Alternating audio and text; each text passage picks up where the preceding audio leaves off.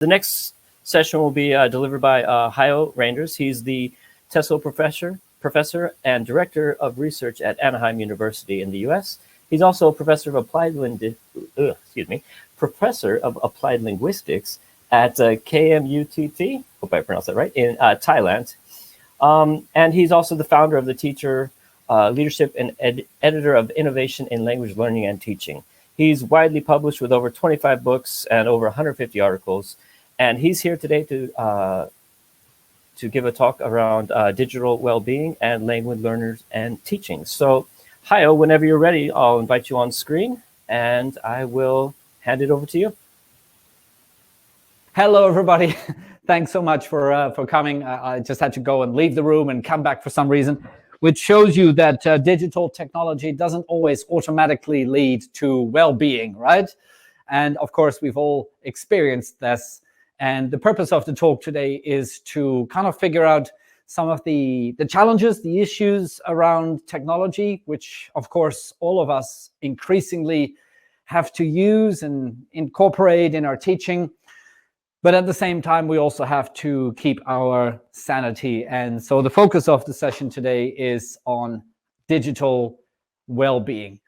And actually, before we start to talk about digital well-being specifically, we need to talk about well-being in general, because unfortunately and sadly, in the profession of language education specifically and education in general, we are facing something of a crisis. And some people refer to this as a looming, upcoming well-being crisis. And I want to share with you some figures based on research collected by the Rand Institute in the United States of America, mostly by teachers from America, but also from other countries around the world. And this was conducted in 2021.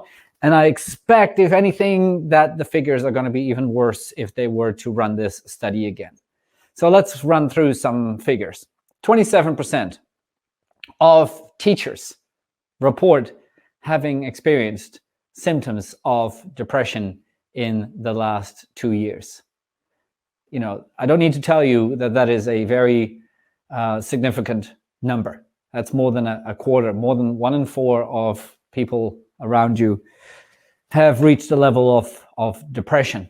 Even more people, 37%, have experienced symptoms of generalized anxiety, you know, like occasionally experiencing stress and to the point of actually being anxious about work. 53%, so the majority of teachers, are actually thinking about leaving the profession of teaching, more so now than before the pandemic. And I don't need to tell you that already before the pandemic, the number of people leaving the profession, especially in the first 3 or 4 years of becoming a teacher, was very high to begin with. So this is very, very worrying. But the figure I'm most interested in and that I want to highlight to you here is 61% of teachers say that they've not actually had and experienced a good conversation with their managers about health and well-being and mental health during the pandemic. And on the one hand, that's a terrible thing. You know, that's an awful figure. On the other hand, it also opens up some possibilities for improvement, because clearly it means that if more managers, more people were engaging in conversations about well-being and mental health, possibly some of the experiences that teachers have had might actually improve. Now, I'm not going to talk today about all the issues around technology, like security breaches and the role of social media, all the regular, worries that we read about in relation to privacy violations, and generally speaking about ethical concerns around the role of technology. I acknowledge them, they're important, but today I really want to focus on you, on us as teachers, as people, and our personal level of well-being. All right. Why am I showing you a picture of a goldfish?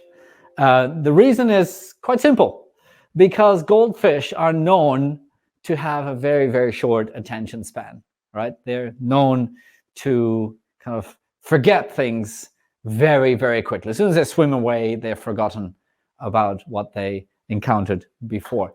Well, there's an interesting study that was conducted. It's a little bit controversial, a little bit contentious, but there was a study done in 2018 by Microsoft.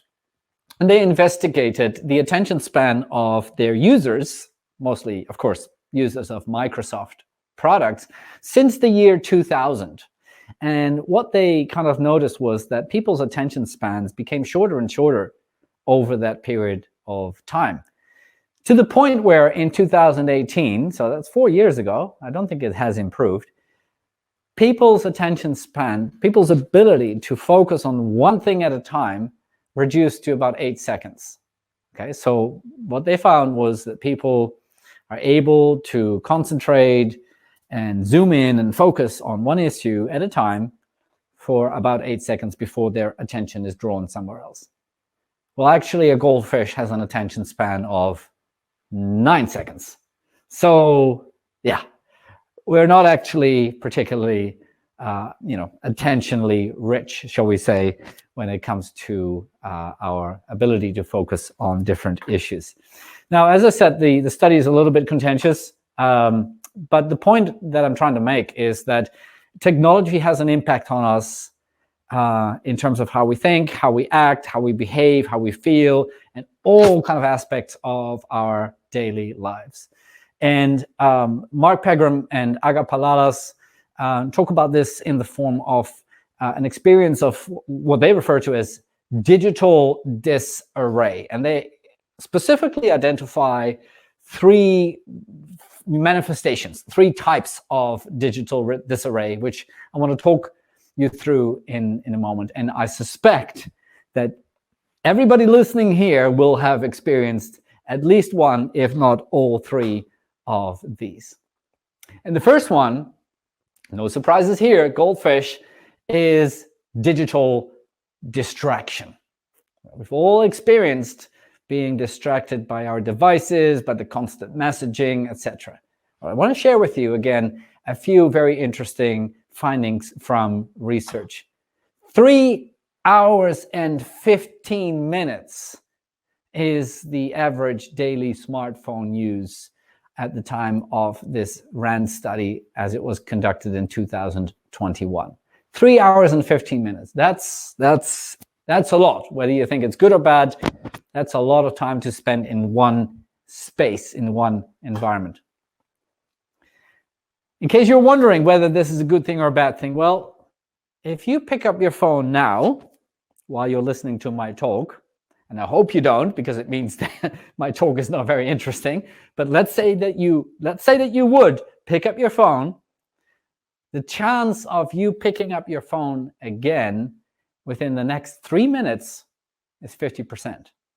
The more often we pick up our phone and check our messages and make sure that people have liked our Instagram photos of our holidays or whatever it may be, the greater the chance that you will pick up your device again very, very quickly afterwards. But the most, to my mind at least, scary figure is this one, 10%. The reduction in cognitive capacity simply by having your phone in sight.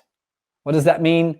Let's say that you're working, you're marking papers, and your phone is on your desk while you do that. Well, that's going to have a 10% impact on your ability to concentrate, your ability to memorize, your ability to compare and contrast, your ability to apply good judgment on that specific essay or whatever it may be that you are looking at the time.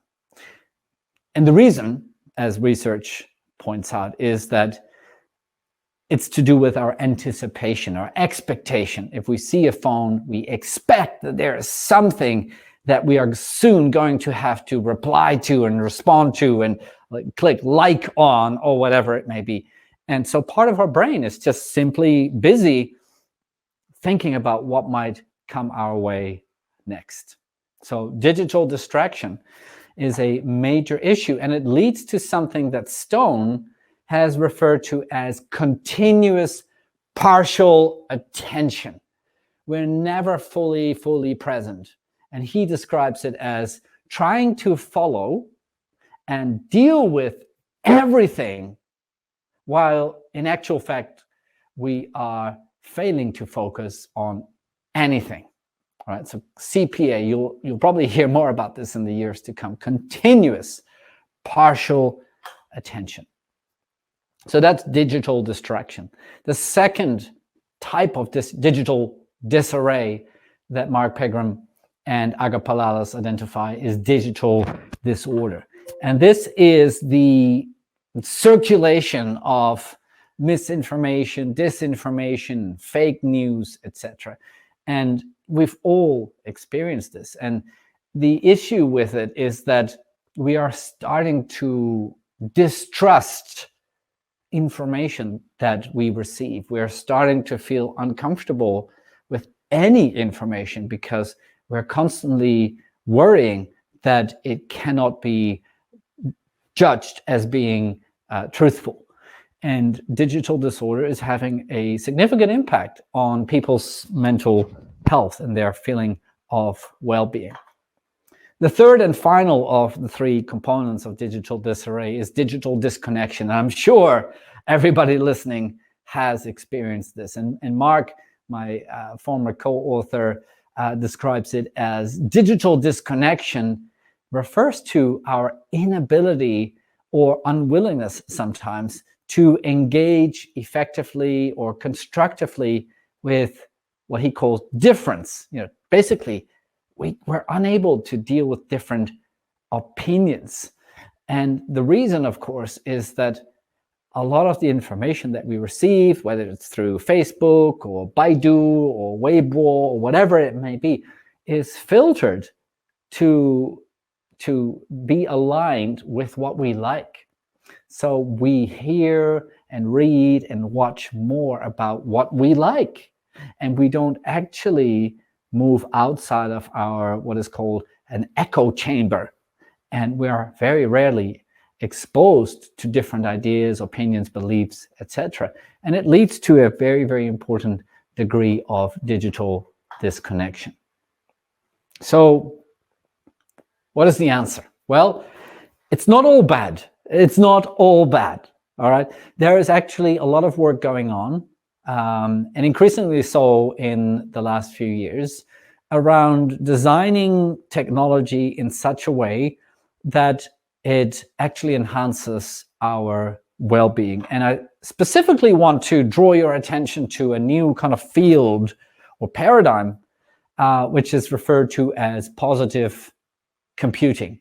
I already like the sound of it. I mean, the word positive is already, like, okay, great. I'm all for it. I'm signing up.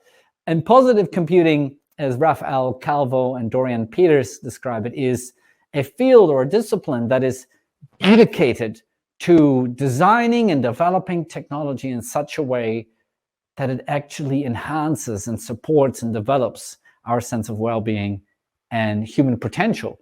And if you're at all interested in this topic, I highly recommend their book called Positive Computing, which came out, I think, 4 years ago. And it's a great read.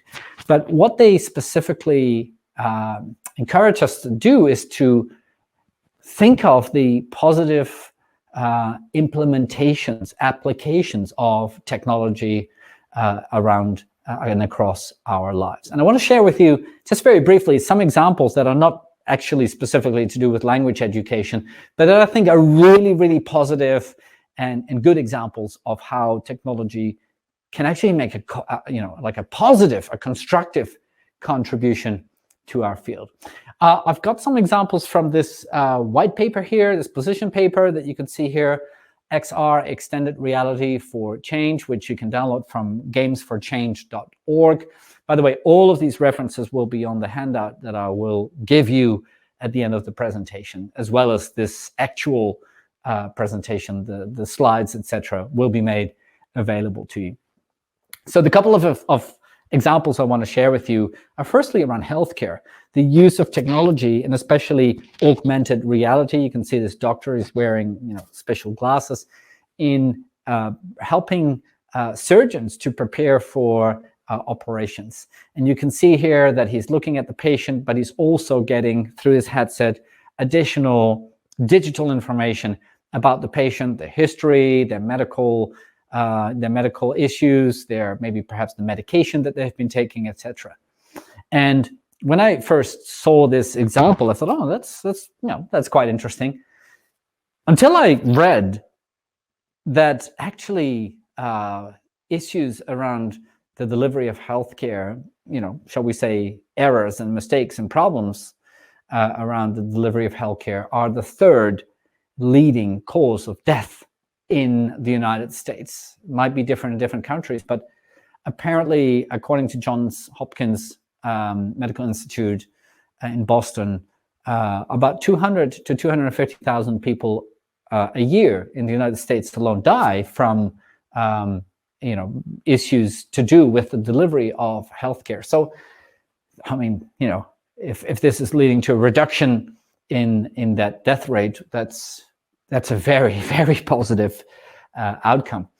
On a different level, the use of technology to integrate daily life, the physical world, with augmented reality, additional information superimposed and made available perhaps through like a headset, like you see this gentleman wearing, is actually helping to improve health and safety, especially in dangerous environments like factories and manufacturing plants. And so what you can see here as an example of is this worker seeing a reminder to check that certain safety precautions have been carried out. Did you check the valve seals? You did? Okay, well, take a photo of it and then submit it for approval. And studies are starting to show that these types of interventions are having a significant, really significant impact on workforce and workplace injuries and death. Here's one that I really like. My daughter, who's 9, almost 10 years old, has some issues around asthma, and there's a bit of a stigma around it. There's a bit of a social problem around it because when you have asthma, you're different and sometimes perhaps a little bit weird, and your friends might think that there's something wrong with you. And this app here called Kiss My Asthma, which is a fantastic name if you ask me, encourages kids, teenagers, and younger children to share their experiences and to feel part of a community and to recognize that actually, no, it's not that unusual. It's normal to have this problem, and many other people have it too. And I think that's a very, very positive example of using technology to bring people together. And the final one I want to share with you, this is from Stanford University, is to deal with empathy. Empathy, of course, being able to imagine and put yourself into the shoes of another person and imagine how they feel and what they experience. And this particular application helps you to kind of see the world from the perspective of someone who is slowly losing their vision, someone who's slowly developing a level of blindness.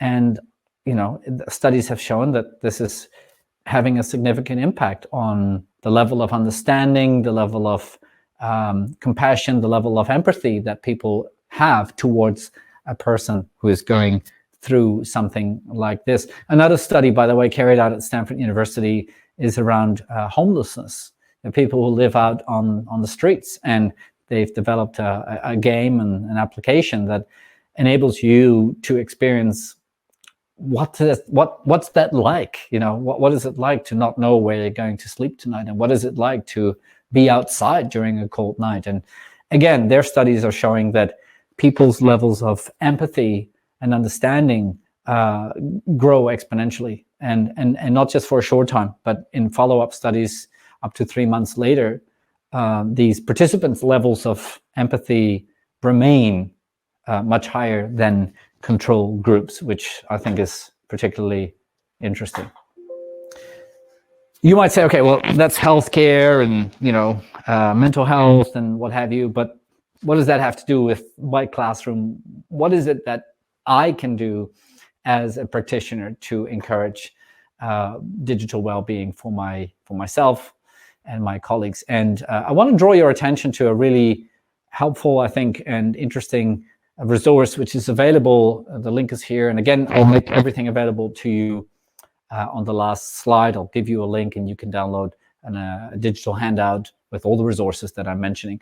But this particular resource, they call it the digital flourishing wheel, not just digital feeling okay, but doing really well. And they divide it in different areas of our lives, like productivity, but also physical health, things like wearing a watch that keeps track of the number of steps that you take during the day and reminds you to exercise, etc. Mental health, relationships, etc. And I strongly encourage you, if this topic is at all of interest to you, to have a look at it, because it gives you a lot of ideas of areas around your life to think about. What I want to do is give you a few pointers for how to actually get going with this particular topic. And I want to divide it up into three broad areas.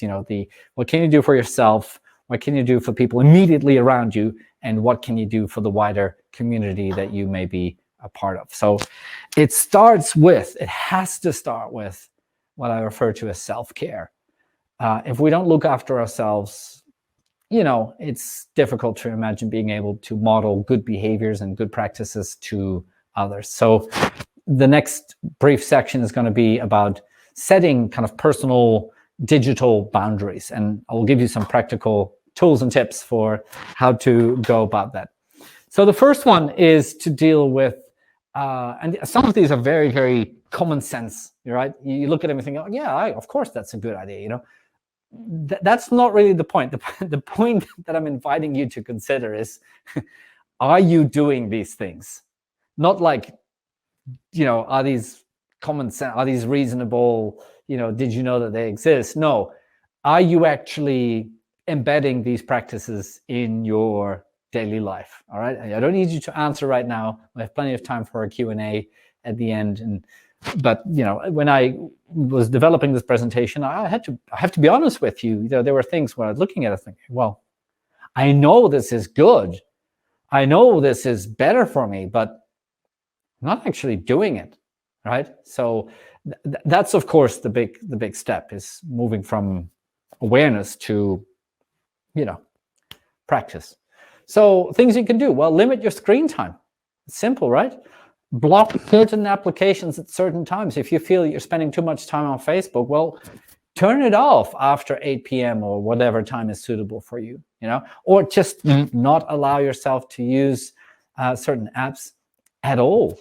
And there are many ways of doing that. I'm just going to show you one quick example in Gmail, which I know some of you may not be able to access or don't use, but you have the option of actually pausing messages. You can say, pause my inbox. Don't send me any messages for the next 3 hours or 3 days or 3 weeks, or, that would be nice, wouldn't it? Not getting any emails for 3 weeks. That would be great. So, there are all these kind of practical applications available to us. And in fact, if you're using an iPhone or an Android phone, there are actually nowadays, since about 2018-19, built-in applications that allow you to investigate, to look at, for example, how much time am I spending on different applications, and what's the range of apps that I use. And you'll find that at least on Android, I think this is called no, I know for sure this is called digital well-being. Like literally, it's called digital well-being. And you go to the menu and settings, you can scroll down and click on it. It will give you this insight into what you're doing, and in fact, even allow you to set limits on certain applications. And on iPhone, it's similar. Another very practical idea is to have a plan, have a system for dealing with too much information, too much interruption, too much distraction. And here's one that I'm not going to talk about now, but again, this will be on your handout and on the slides. But a system like Inbox Zero, which I've been using for a number of years now, where you immediately look at the message and say, is this important and urgent? Okay, I'll do it right now. Okay. Is it important but not urgent? Okay, I'll defer it. Is it not important and not urgent at all? Okay, let me delete this message, get rid of it. So whether you use Inbox Zero or some other program or system, doesn't really matter, but you've got to have a strategy. There's just too much interruption, too much information coming at us to not have a strategy. Here's another quick tip, again, to do just with your own personal practice. Let's make certain applications simpler. In Microsoft Word, when I'm trying to be creative, there's all these buttons and whistles and bells and all these things going on.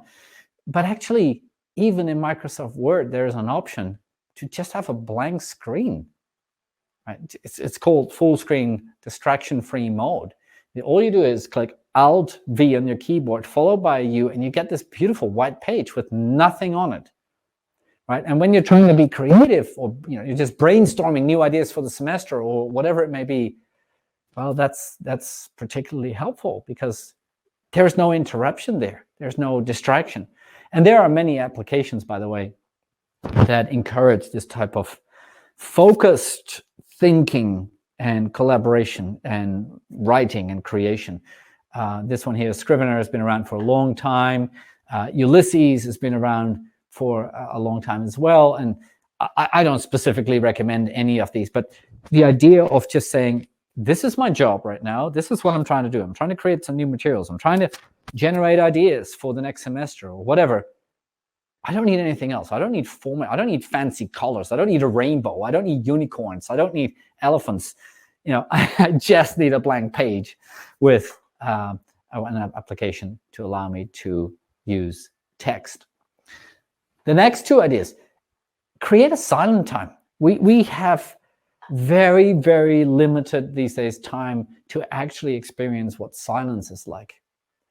If you think about it, we're constantly bombarded, surrounded by noise, by sound, by interruptions, by people wanting things from us. And setting boundaries around that and actually just going out and enjoying the birds or just pure silence is not only a lovely sort of poetic idea, but actually has been demonstrated through research to be almost like a healthy shower. It's demonstrated to be very, very beneficial to our sense of mental well-being.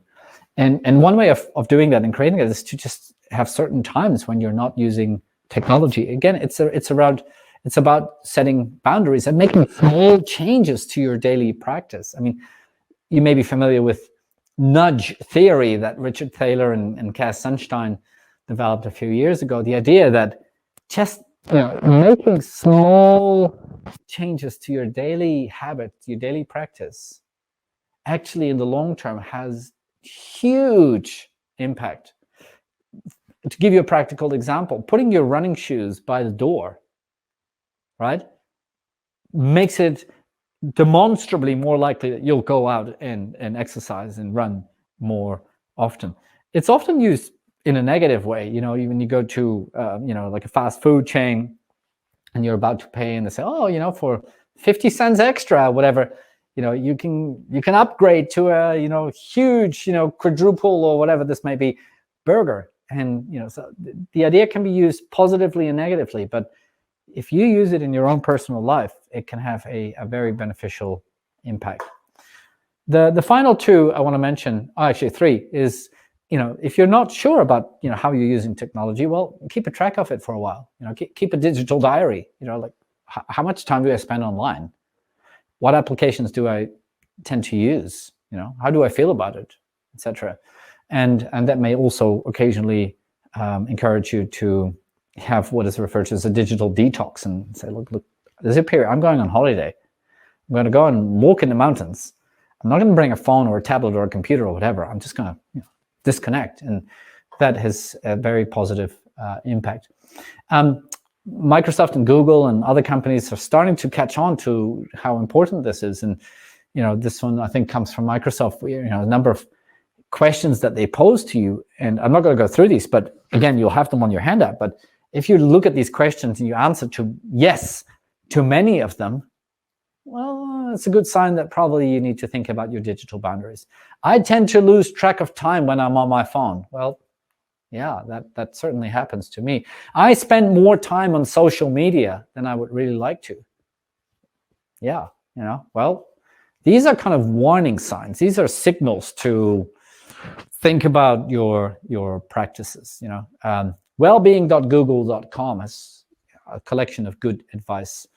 Again, I'm not going to read them out here. You can do that by yourself, but there's good advice available, and all of that will be available to you in the handout later. The specific recommendation that I like the most is, again, from the Digital Wellness Institute. The link is at the bottom. And they say, well, grab a piece of paper. Take 5 minutes. Think about what you care about, like your top values. What are the things that are the most important in your life? And write them down. Okay. Now pick up your phone. Go to the digital well-being settings and check to see which are the most used apps on your phone and the amount of time that you spend on these apps. And of course, the big question, do these two things align? Are you using applications that match what you actually care about in terms of time, or not? And if the answer is not, well, you're going to have to make some changes to your personal digital practices. The final one, actually, I want to mention, again, still at the personal level, is using relaxation apps. This is a very positive application. There's things like Helium, which use like a virtual reality headset, which are coming down in price significantly. And some of these are very good. I use one called Trip, and it's a sort of a guided meditation with beautiful music, and you float around space and, in 360 degrees. And I find that some of these applications, especially the guided meditations, are actually really powerful. I was a bit skeptical at first, but I really enjoy it. The conclusion to this part is self-care has to come first. You have to look after yourself. You have to know where and when and how to set your personal digital boundaries. And that may include things like telling your boss that you won't be able to respond to emails after 6 p.m. or whatever time is appropriate, that you're not going to respond to Facebook messages on Sunday morning, right? All right, let's look at the next level, which is others, looking after other people. A couple of years ago, we started working on a position paper for OUP, for Oxford University Press, on the role of technology in motivation. And specifically, one of the elements that we looked at was self-determination theory. I'm not going to go into detail here, but the point I want to highlight is that for people to feel motivated, and generally speaking, to feel satisfied about their lives, there are some conditions that have to be met. And the one I want to focus on here is around relatedness, the one on the other side there. People have to feel that they are connected to others, that there's some sort of relationship and communication and connection with other people. And luckily, we have a lot of research now from the last 10, 20 years that identifies characteristics, shall we say, of environments, materials, teachers, etc., that are more likely to lead to learners, to people feeling a sense of relatedness. So to give you a quick example, if you're in an environment where there's opportunities to work with other people, to support others, to look after them, to be kind, where you experience a sense of warmth and goodwill, that is more likely to you experiencing a sense of relatedness, which, as we know, is a part of the level of well-being that people respond to having. Okay, we also know that there are certain elements, aspects, features of environments that lead to what we call relatedness frustration. If you create an environment that is alienating, that makes people feel isolated, or that kind of has continuous competition and divides people, or that embarrasses or shames people, well, we know very clearly from research that that is going to lead to a decrease in level of relatedness. Technology is a very interesting one because it has the opportunity, actually, it has the potential to really help us to create and develop relationships between learners, between people in general. And in education, in language education, we know that successful language learning is dependent on learners developing strong relationships with their teacher, with their classmates, with others around them.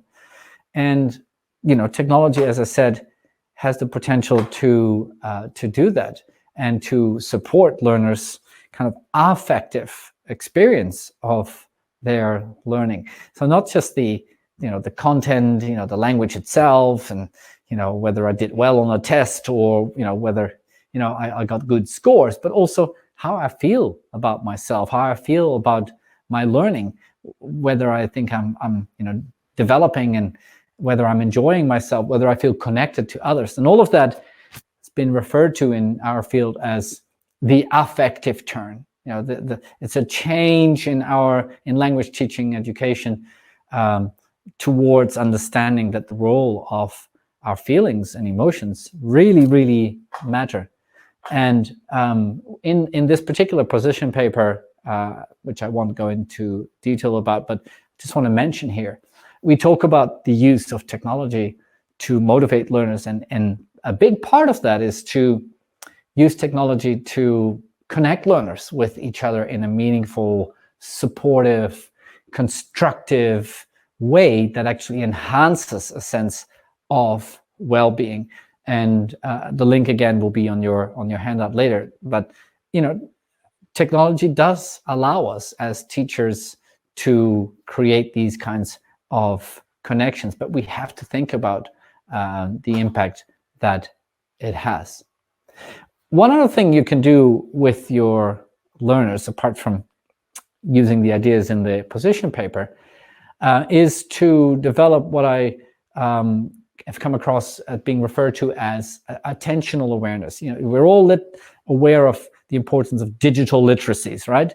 Knowing how to use technology meaningfully and carefully. And we're also aware of the ability to use critical literacy, knowing, for example, how to judge the source of information and how to recognize when something might be fake news, etc.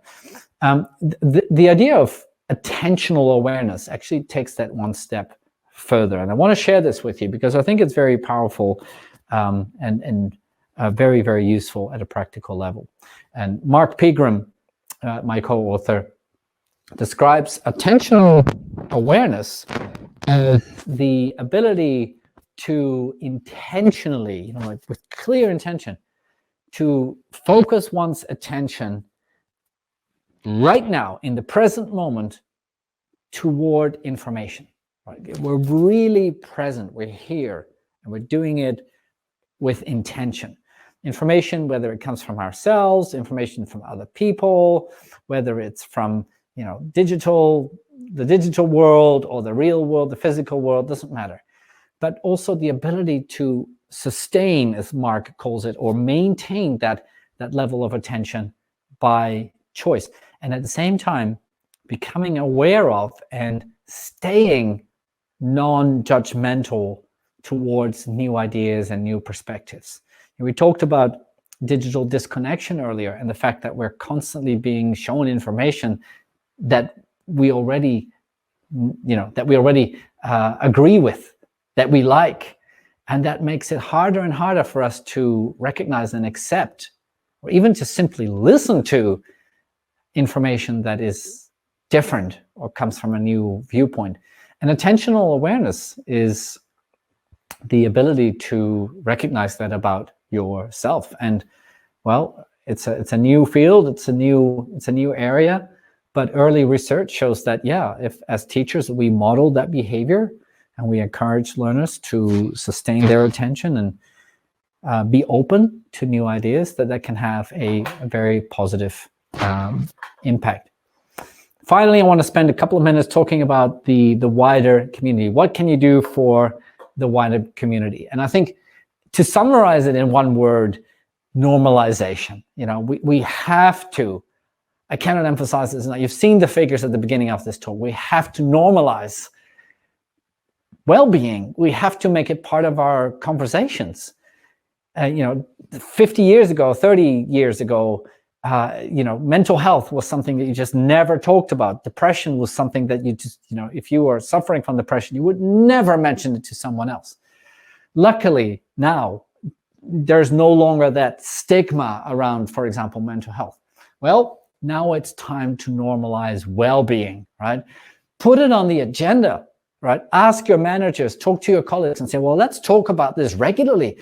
At every staff meeting we have, let's check in with each other and see how we're doing. Let's identify if there's any kind of projects or, things that we can do to help each other or learn more about how to support each other to increase our level of well-being.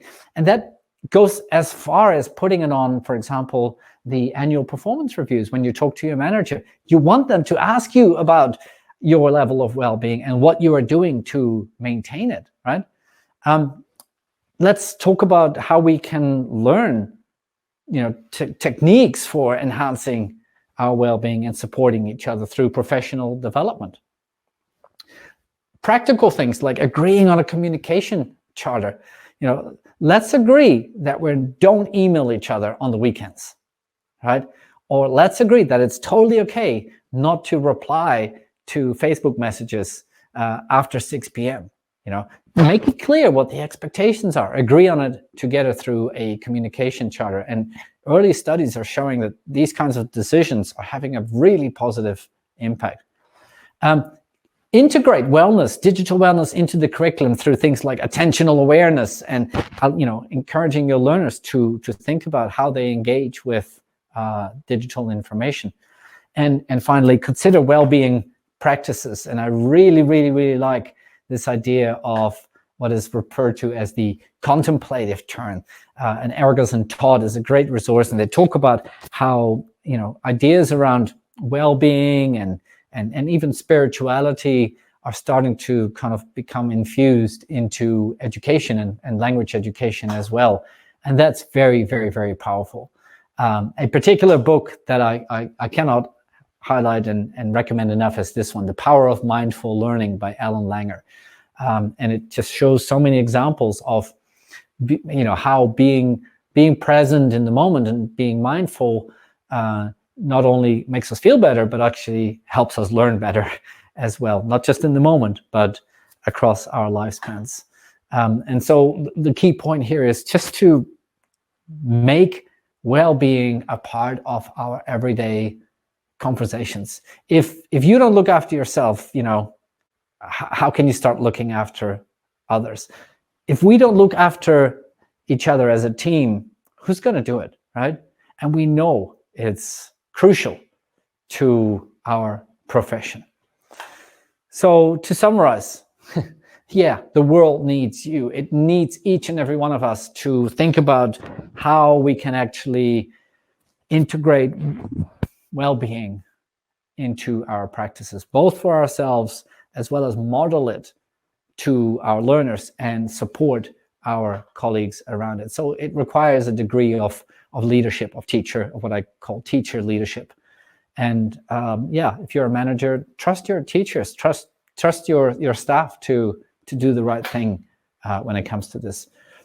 A lot of useful resources that, again, you'll have available to you in a moment, and I recommend that you follow up on those. So many good ideas out there. We just need to actually get started on it. So to summarize, self-care, first and foremost. Look after yourself, set digital boundaries. Secondly, focus on using technology to enhance relationships, to focus on relatedness. And we know what works and doesn't. Make sure that your practices align with what is right. Normalize well-being, bring it into the daily conversations. And finally, teacher leadership. Be bold and brave enough to raise these issues with your manager, with your colleagues. Finally, as I said, there's a handout, a digital handout. You can download the presentation that I just shared with you. as well as a whole range of other resources and links related to well-being. If you go to innovationandteaching.org, it goes to my website. You can download all my academic articles and stuff. And if you add the /well-being, you'll be able to download the handout. Also, you can contact me in any of these ways, whatever you use, WeChat or Line or WhatsApp or Kakao. I'd love to hear from you. And I'll stop talking here. We have some time for questions, and I'd love to hear from you. Thank you so much.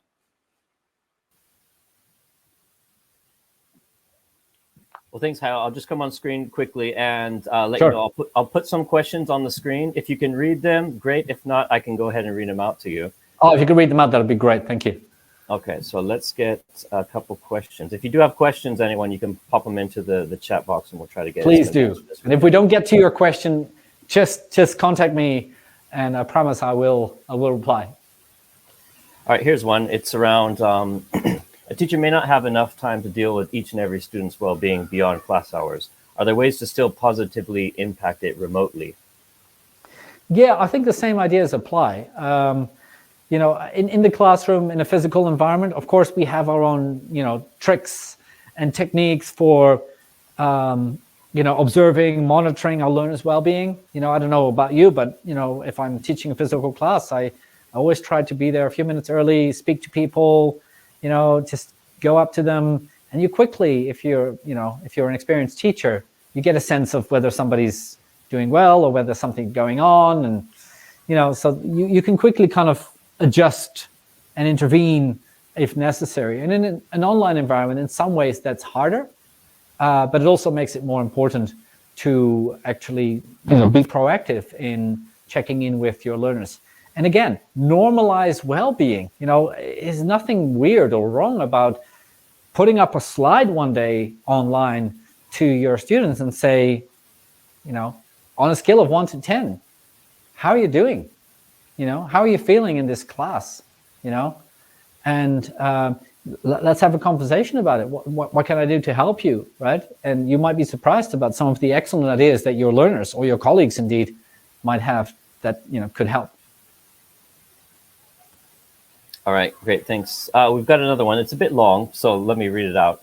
I love using technology and apps during my lessons, especially with older kids.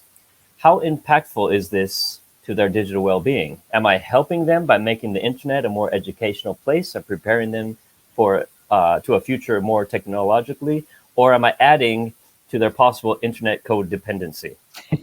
It's such a great question. Thank you, Anna. Carolina, this is, you're absolutely right. I mean, and this is an ethical conundrum. This is an ethical challenge that each of us have to figure out ourselves.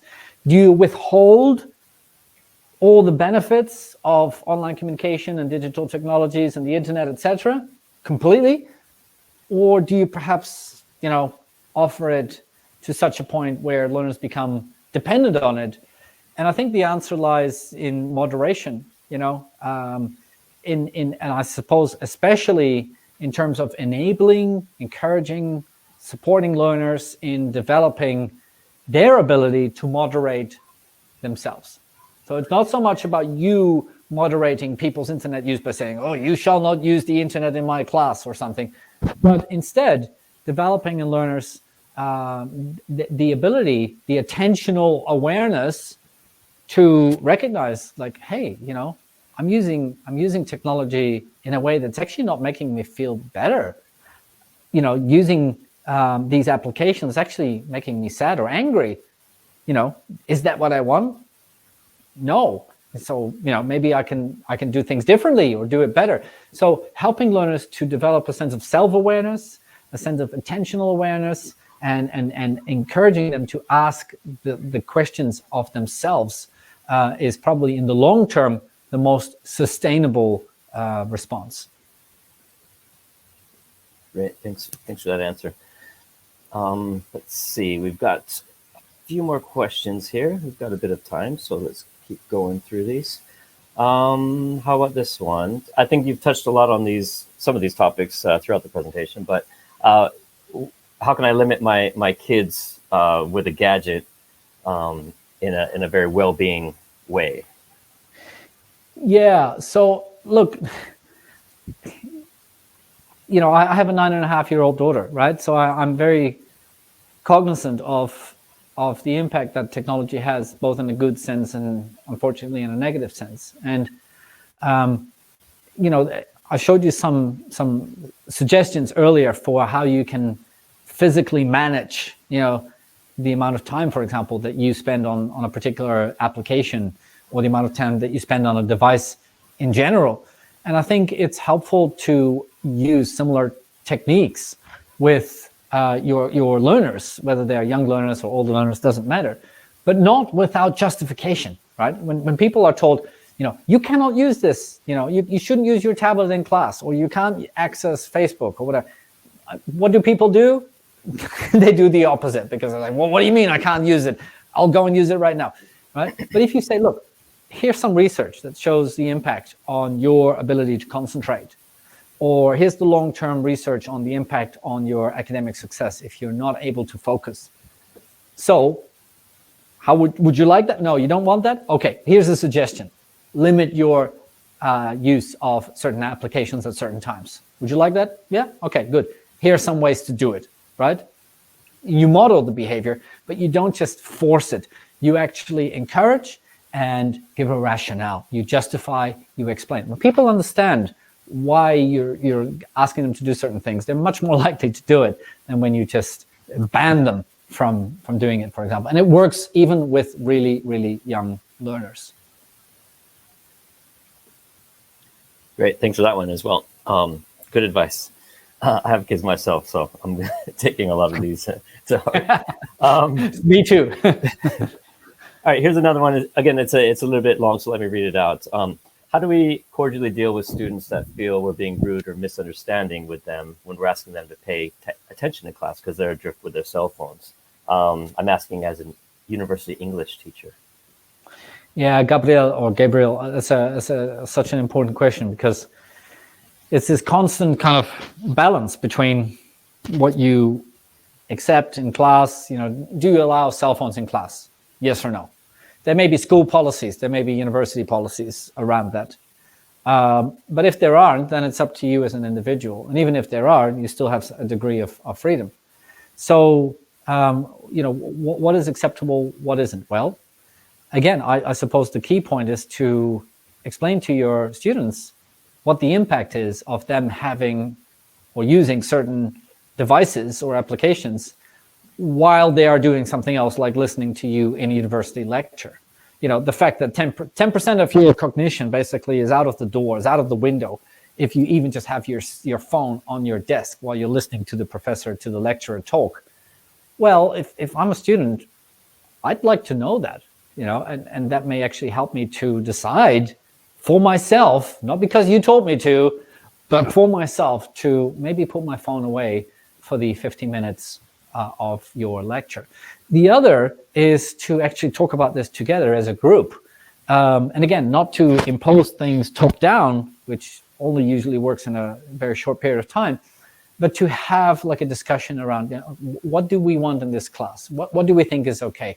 And I've tried this myself with my own students, and students are actually, when you actually ask them about this, they're actually quite smart about this. They say, well, sometimes using a tablet or phone in class is great. It's very helpful. Sometimes when I listen to you, I don't understand certain words and I want to be able to look up what you say or definition.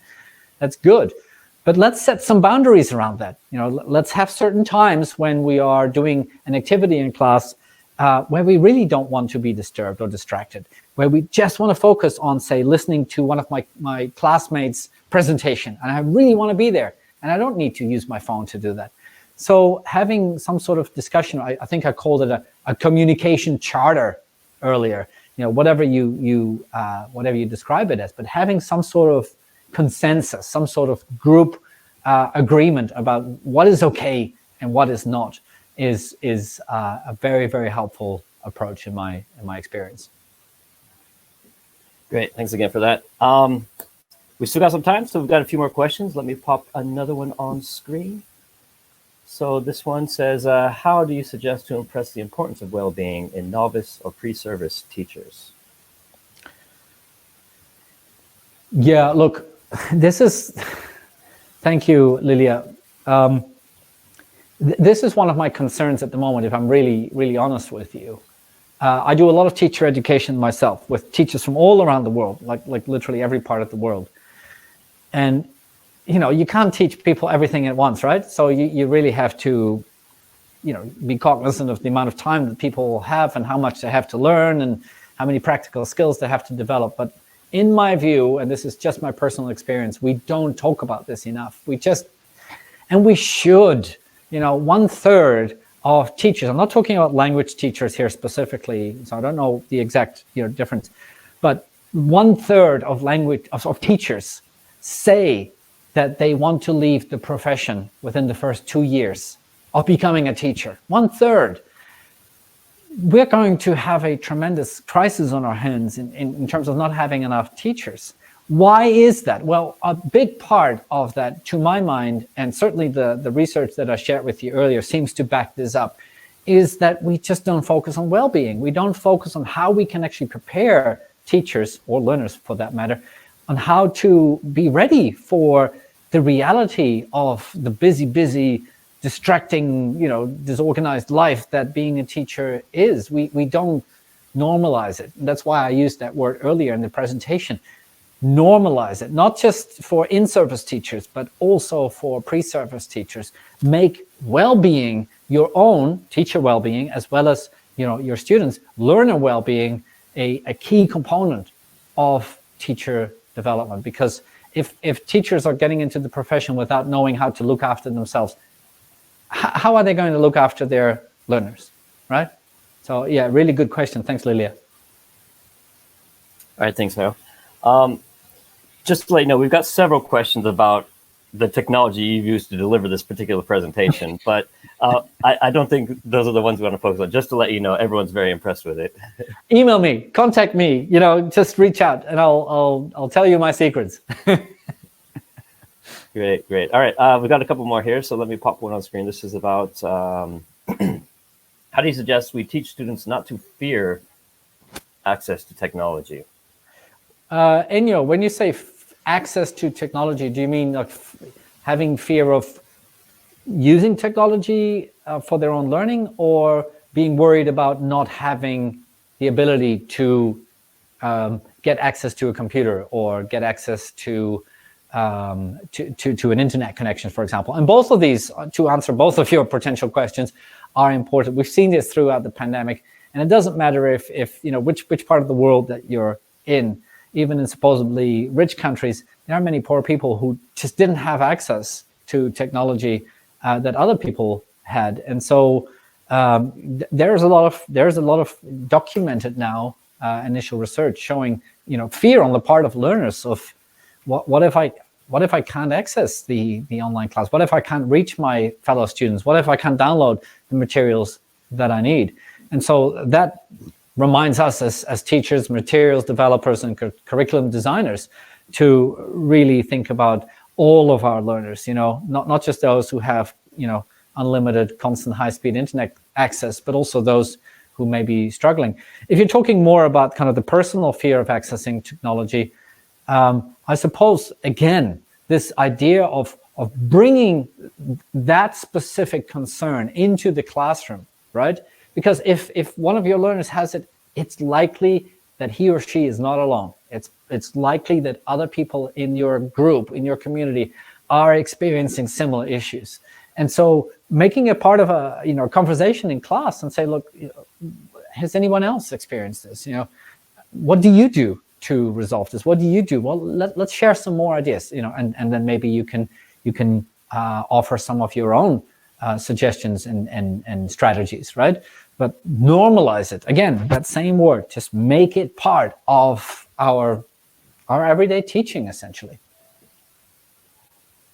Great. All right, I think we've got time for one more. And this might give you a chance to plug your handout again. So let's get that one on the screen. So I see you have all kinds of social media addresses. Do you have any tips as to where I can find materials to help me learn how to manage social media as you do? Yeah, sure. The short answer is don't do it the way I do, okay? Just don't. Because I subscribe to everything.